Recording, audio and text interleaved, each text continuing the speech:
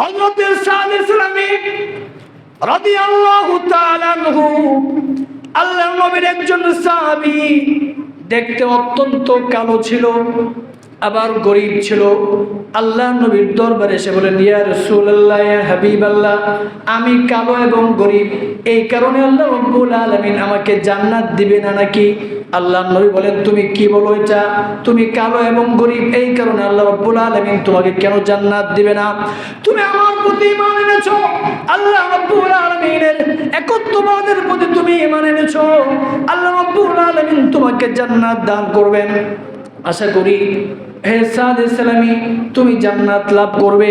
হযরত সাদ ইসলামী বলেন, ইয়া রাসূলুল্লাহ, তাহলে তো বোঝা যায় আমার দাম আছে, মূল্যায়ন আছে, কিন্তু মুসলিমরা তো তাদের কন্যাকে আমার কাছে বিয়ে দিতে চায় না। একটু ঘটনা শুনতে হবে, খেয়াল। মুসলিমরা কি দিতে চায় না? বিয়ে দিতে চায় না। আল্লাহ নবী বলেন, তাই নাকি? বলে হ্যাঁ।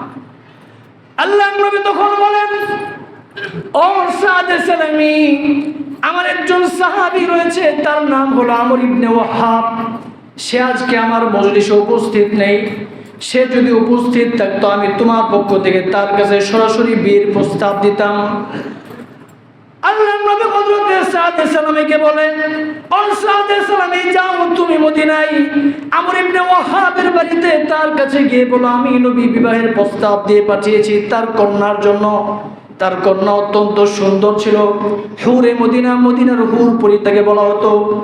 মুহতারাম হাজিরিন, হযরত সাদ ইবনে সালামী রাদিয়াল্লাহু সাদ সালামী রাদিয়াল্লাহু তাআলা আনহু ওই ব্যক্তির বাড়ির কাছে গেলেন।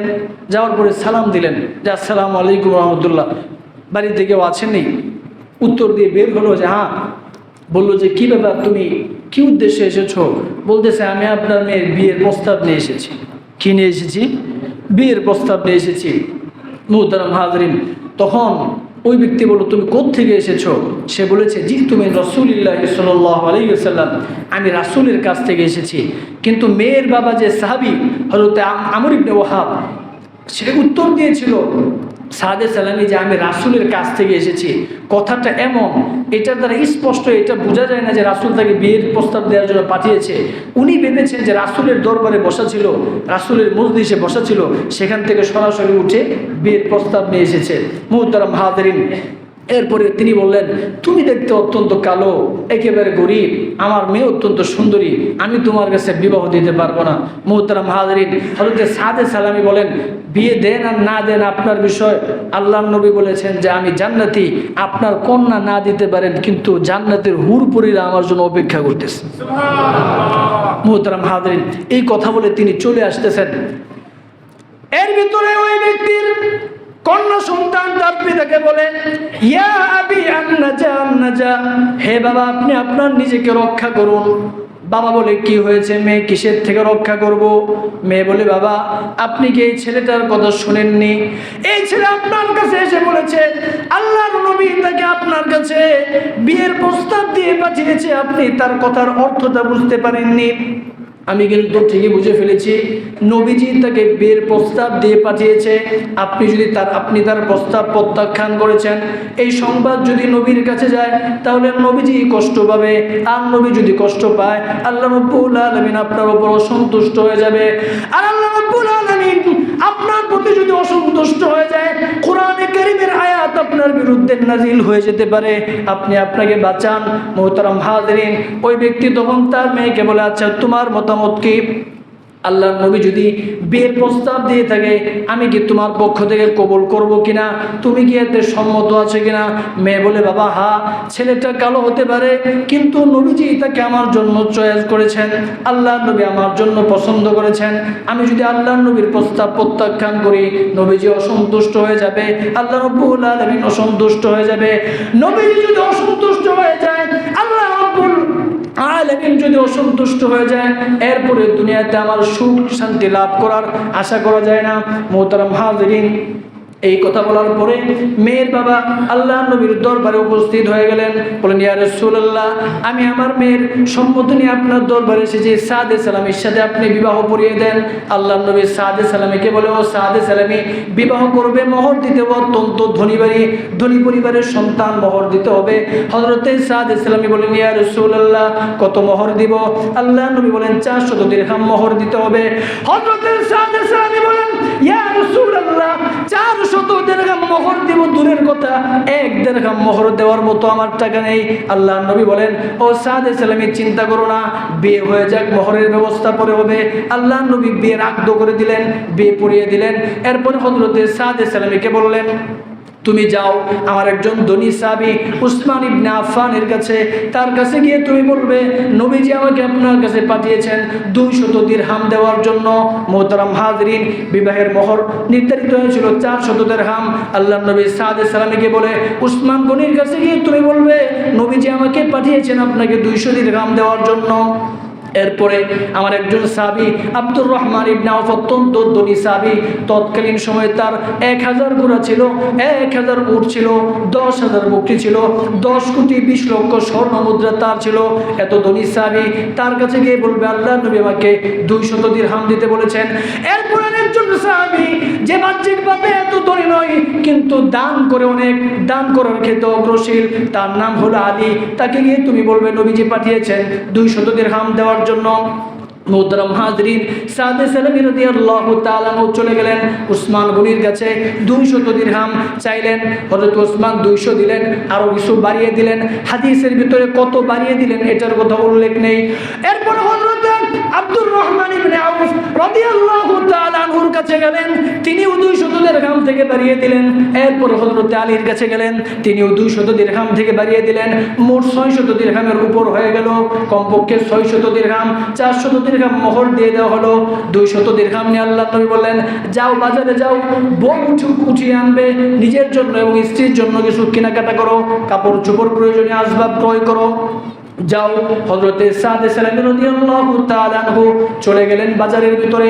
হযরতে সাদে সালামী স্ত্রীকে উঠিয়ে আনবেন বাজার সদাই করার জন্য। বাজারে যাওয়ার পরে একজন ঘোড়ার উপর আরোহণকারী ব্যক্তি ঘোষণা দিতে লাগলো, আসুনি বাজারের ভিতরে কোন আশিকে রাসূল, আসুনি বাজারের ভিতরে মুহাম্মদুর রাসূলুল্লাহর কোন প্রেমিক, কাফেরদের সাথে মুহাম্মদুর রাসূলুল্লাহর জিহাদ শুরু হয়ে গিয়েছে।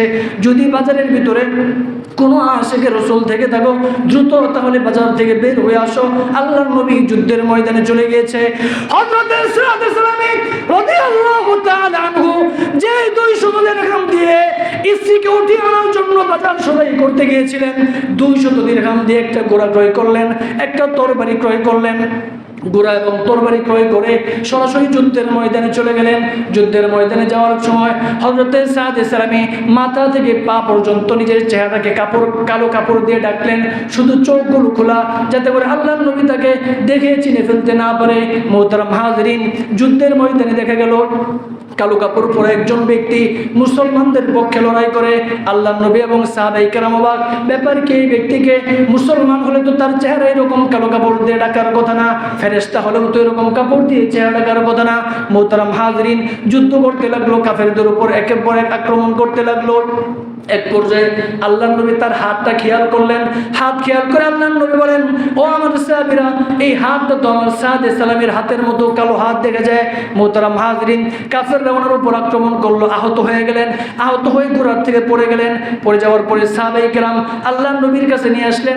আল্লাহর নবীর পায়ের উপর তাকে শুয়ে দেওয়া হলো। আল্লাহর নবী তখন সাদে সালামীকে প্রশ্ন করলেন, ও সাদে সালামী, কেন তুমি এইরকম তোমার শরীর কালো কাপড় দিয়ে ঢেকে তুমি যুদ্ধের ময়দানে অংশগ্রহণ করেছো? হযরত সাদে সালামী বলেন, ইয়া রাসূলুল্লাহ, ইয়া হাবিবাল্লাহ, আপনি আমাকে বিবাহ করিয়ে দিয়েছেন, স্ত্রীকে উঠিয়ে আনার জন্য পাঠিয়েছেন।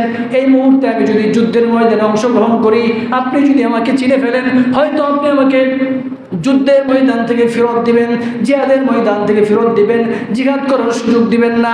এই জন্য আমি আমার চেহারা এরকম, শরীর কালো কাপড় দিয়ে ডেকে জিহাদের ময়দানে অংশগ্রহণ করেছি।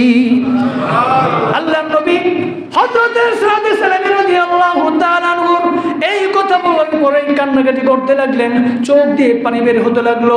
হযরত সাদ সালামী এই কথা শুনে আল্লাহর নবী কাঁদতে লাগলেন। সাহাবায়ে কেরাম বলেন, ইয়া রাসূলুল্লাহ আপনি কেন কাঁদেন? মুহতারাম হাজিরিন, আল্লাহর নবী বলেন, ও আমার সাহাবীরা, আমার প্রতি সাদ সালামীর ভালোবাসা দেখে আমি কান্না করলাম। আমার চোখ দিয়ে পানি বের হয়েছে, আমার চোখের পানি আমি নিয়ন্ত্রণ করতে পারি নাই। আমার প্রতি আমার সাদ সালামীর ভালোবাসা দেখে, আল্লাহর প্রতি সাদ সালামীর ভালোবাসা দেখে মুহতারাম হাজিরিন, আল্লাহর নবীর চোখের পানি হযরত সাদ সালামীর চেহারায় পড়লো।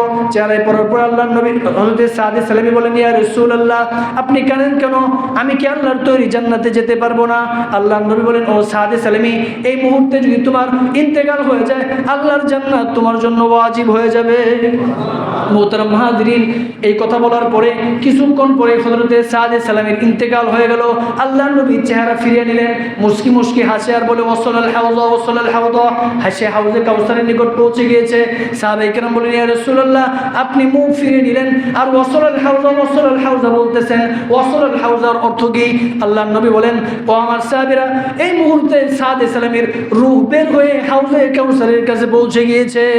সাহাবায়ে কেরাম বলেন, ইয়া রাসূলুল্লাহ আপনি যে হাসলেন, মুস্কি মুস্কি হাসার কারণ কি?